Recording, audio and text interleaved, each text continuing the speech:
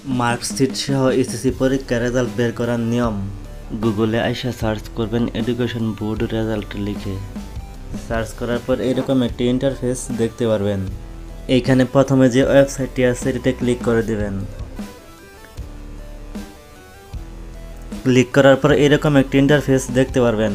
এখানে প্রথমে এক্সামিনেশন নামটি সিলেক্ট করে দেবেন। যেহেতু এসএসসি পরীক্ষার রেজাল্ট বের করবেন এজন্য এসএসসি বাই দাখিল সিলেক্ট করে দেবেন। দেওয়ার পর ইয়ারটি সিলেক্ট করে দেবেন। যেহেতু 2025 সালে রেজাল্ট বের করবেন এজন্য 2025 সিলেক্ট করে দেবেন।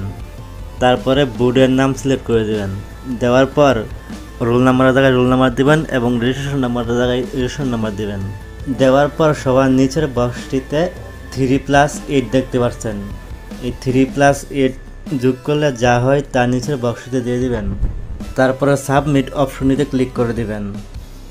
ক্লিক করার সাথে সাথে আপনার এসএসসি পরীক্ষার রেজাল্টটি মার্কশিট সহকারে বের হয়ে যাবে।